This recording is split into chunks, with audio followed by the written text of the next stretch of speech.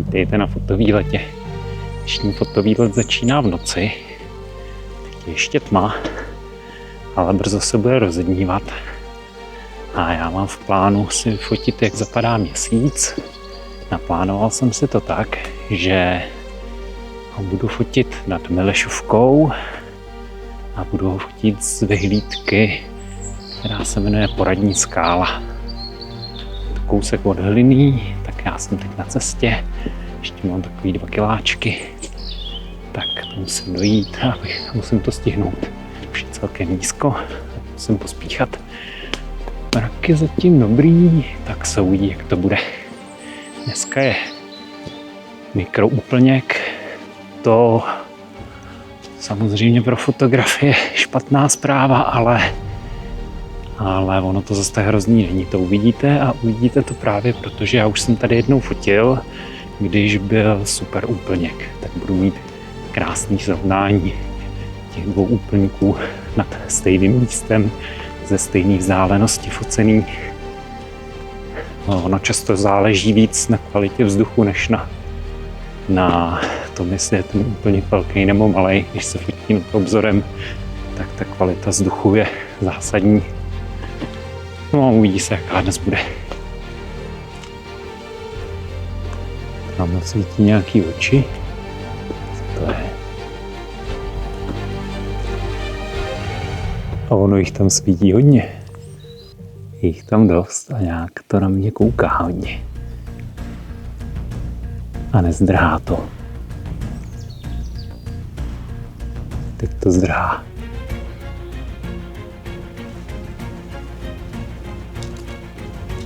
Srnky.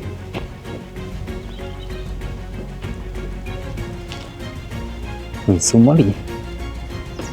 Št.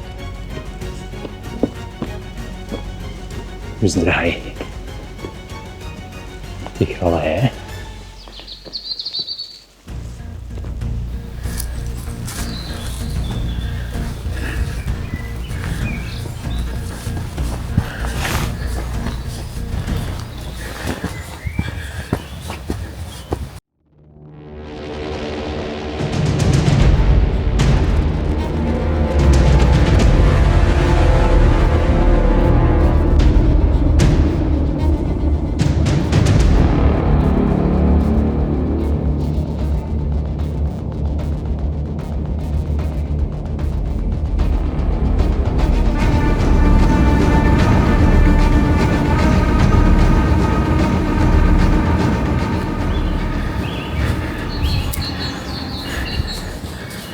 Tady jdu okolo vyhlídky Macha.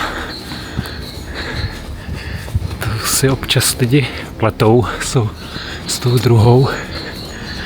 Já budu fotit měsíc z Poradní skály. A už pospíchám. Měsíc nepočká. A kde je?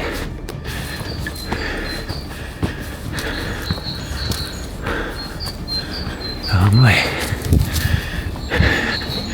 A už je docela nízko nad Milešovkou, musím běžet.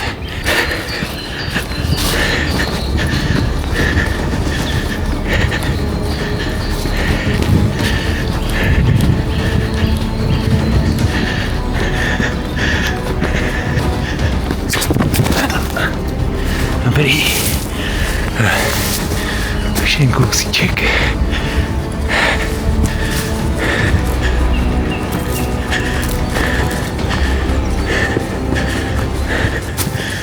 Na poslední chvíli. Když to vybalím, už tam bude těsně nad.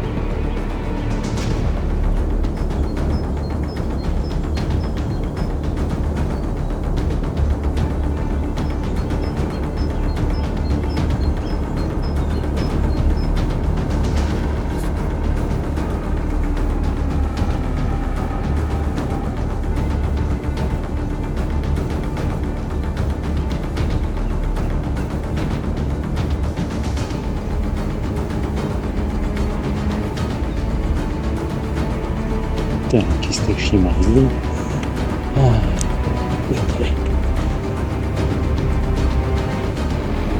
Už je lepší.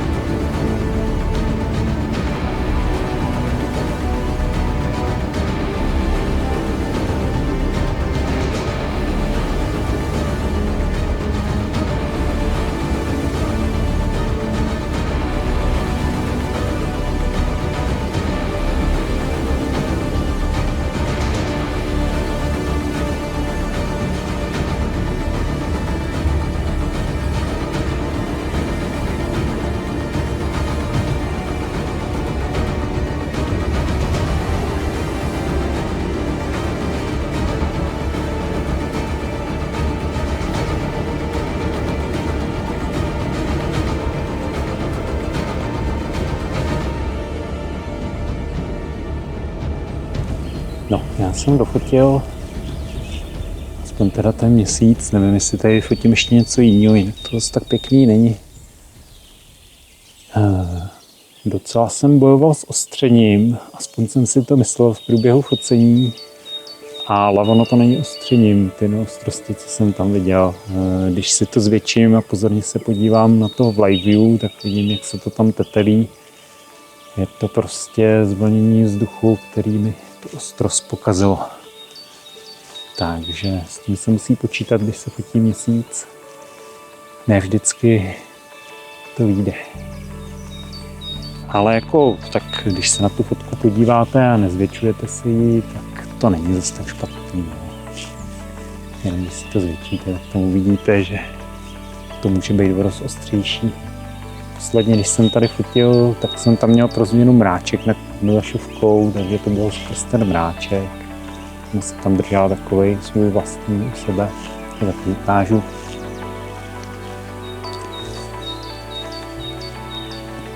Taky jste mohli vidět, že jsem docela pospíchal. Ono tím pohledem toho dlouhého objektivu je to strašně rychlý. Normálně na obloze ten měsíc nevypadá, že by se pohyboval nějak rychle. A je to stejný jako slunce, no. Ta rychlost zhruba. Tak když slunce zapadá, taky je to rychlý. Ale když u toho chcete ještě něco dělat, jako to fotit, tak pro vás ten čas běží ještě rychleji.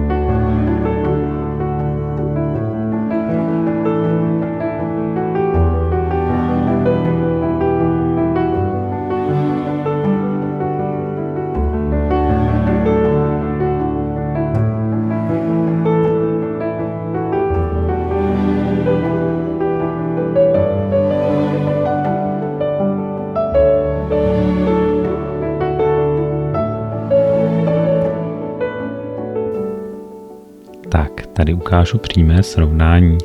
Obě fotky jsou 400 mm, 60 megapixelů full frame a zvětším je na 100% na 4K monitoru. Ten rozdíl není velký. To, že není vidět moc detailů na měsíci vlevo, je kvalitou vzduchu. Ještě je proložím přes sebe.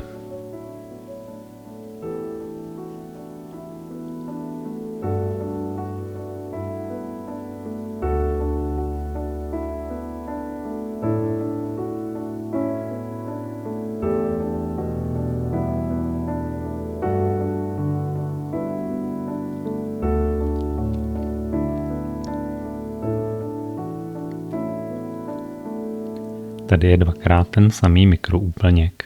Vlevo při obzoru, vpravo je focený ve 3 ráno z Prahy. To bylo 29 stupňů vysoko a tak bylo v cestě mnohem méně vzduchu než při obzoru.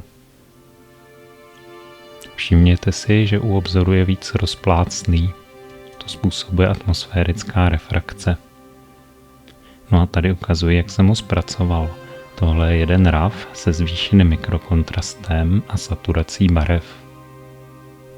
Takových upravených RAWů jsem vzal 29 a zpracoval je do výsledku vpravo. Zarovnal jsem je a zprůměroval, což mi umožnilo snížit šum a udělat další úpravy mikrokontrastu a saturace. Všimněte si oblasti vlevo nahoře. V ní je zajímavá skupina kráterů a údolí. Ten větší kráter se jmenuje Aristarchus. Pokud by vás zajímal, tak Pavel Gabsdil má kanál, kde povídá česky o historii Měsíce a v posledním díle ukazuje právě tento kráter a okolí zblízka, tentokrát bez povídání, ale v úžasných detailech. Odkaz na jeho kanál je v popisku.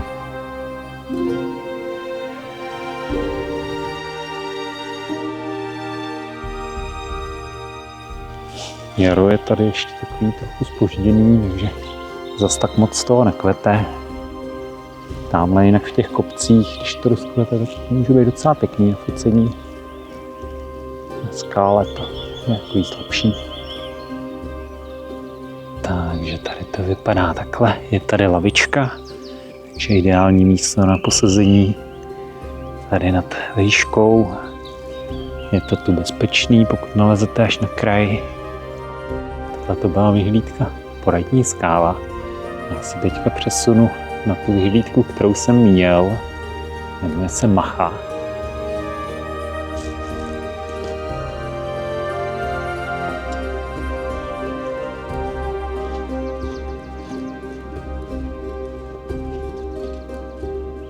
Koukám, že mi tamhle za chvíli vyjde sluníčko přes kopec.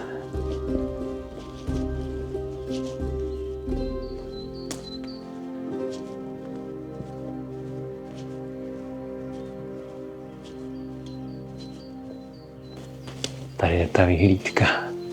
Taky dobrý.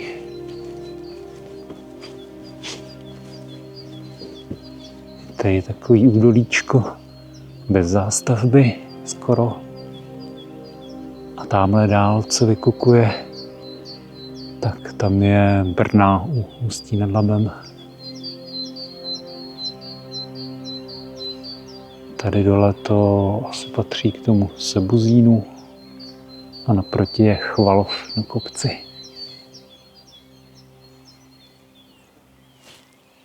No a focení to úplně není. Dělám si jenom takovou fotku do počtu. Tak a když už jsem tady, tak já vám ukážu jeden takový trik, který používám. Tady mi překážejí trošku ty stromy.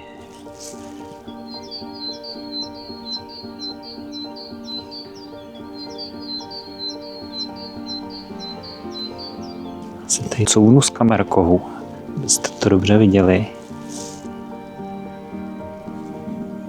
Ty stromy jsou trošku povyrostlý a je tam zaclánějí do údolí. Tak to, co já občas dělám, je to, že si takhle připravím stativ, vyklopím si displej, abych na to dobře viděl. Takže třeba i takhle. Tak.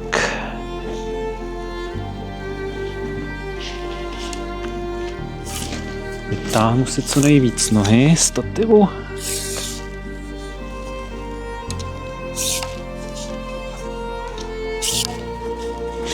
Tak a teď mám víc možností. Buď můžu pustit intervalometr, nebo můžu pustit dálkovou spouští. Já si tam dám ten intervalometr, akorát si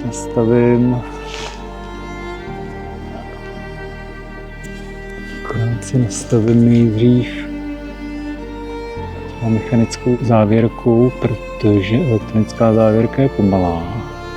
Vychází mi 13 na ISO 100, tak já dám radši vyšší ISO. Tak to vypadá expozičně dobrý. Tak. A sledujte. Žádný dron, ale fotím.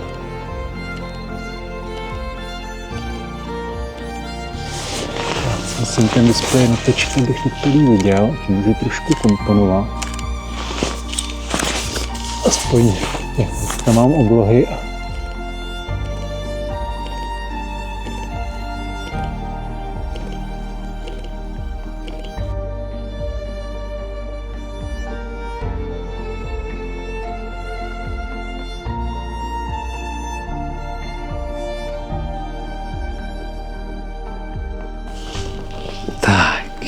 Dobrý, ne, trik.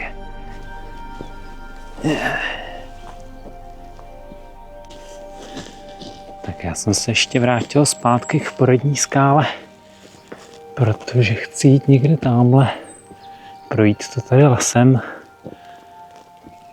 Není tady úplně dobrá cesta, ale už jsem tu někdy šel, dalo se to. A teďka už svítí sluníčko. Tak přemýšlím, že ještě udělám fotku se sluníčkem. Teď už mi vycházejí časy, že zvládám fotit bez stativu i na F8, tak asi stativ už tát tolik nebudu.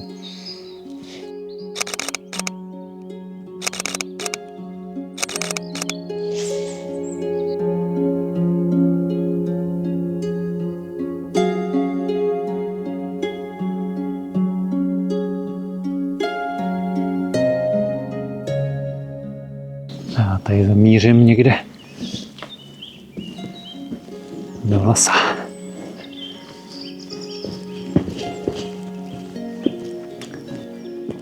Jsou tady občas nějaký zajímavý skalní útvary. Tak když tak nějaký ukážu, pokud půjdu zrovna okolo.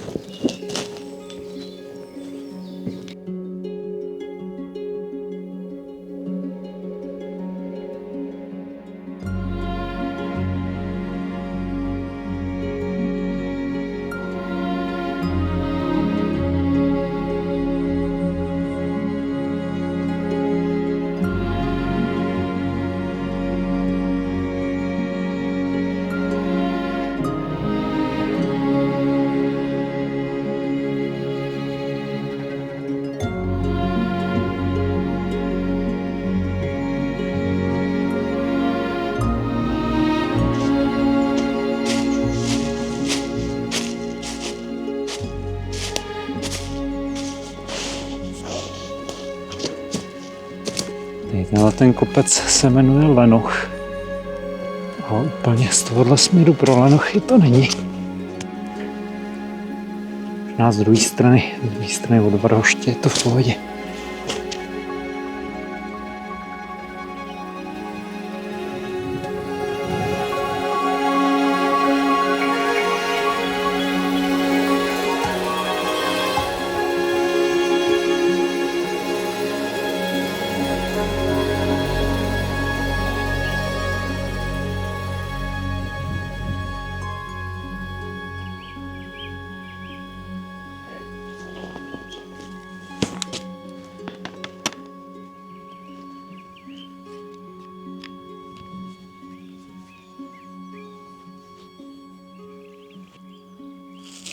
Zkouším odpálit z dálky, ať tam nedělám nástín.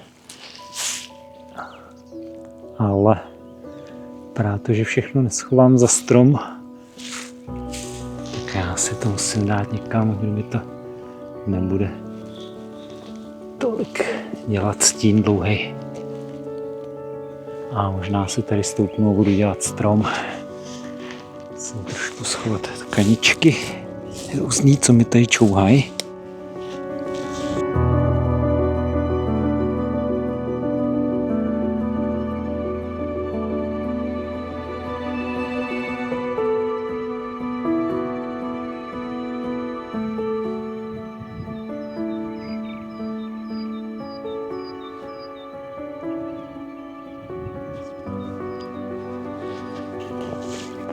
Tenhle je pěkný, tady kousek pod vrcholem Lenochu.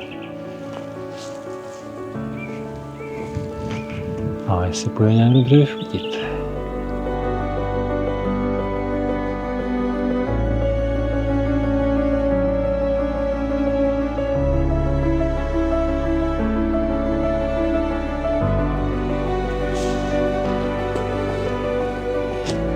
Tak z Lenocha dolů.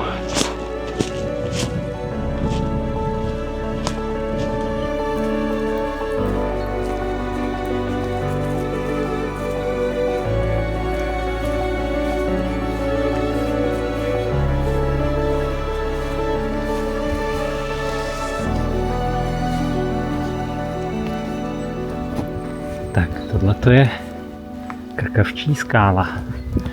Je teprve začátek.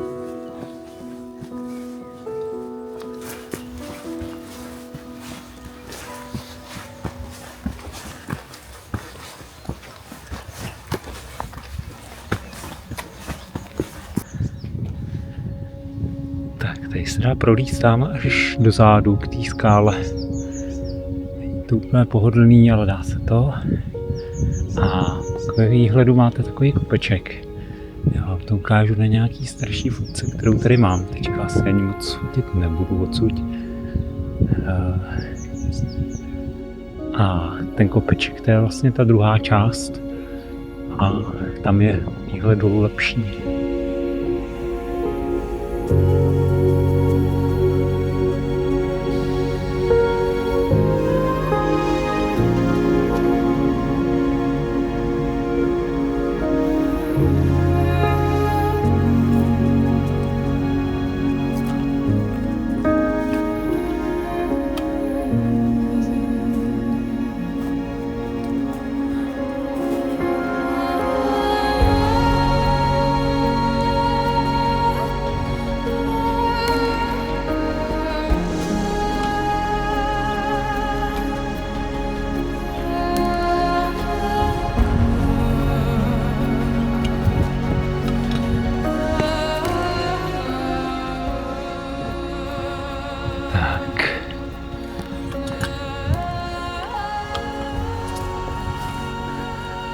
Jaká pošta.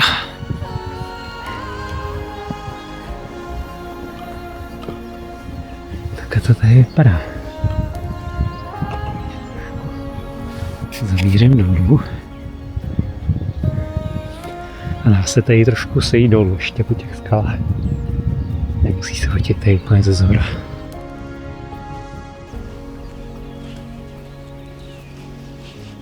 Tak, já jsem si to tady umístil na takovou kompozici, že tady mám trošku skálu ve výhledu. Tak, já sfotím. Mě zlobilo ovladač a mezi tím zmizlo sluníčko. Tak je otázka, jak to bude vypadat.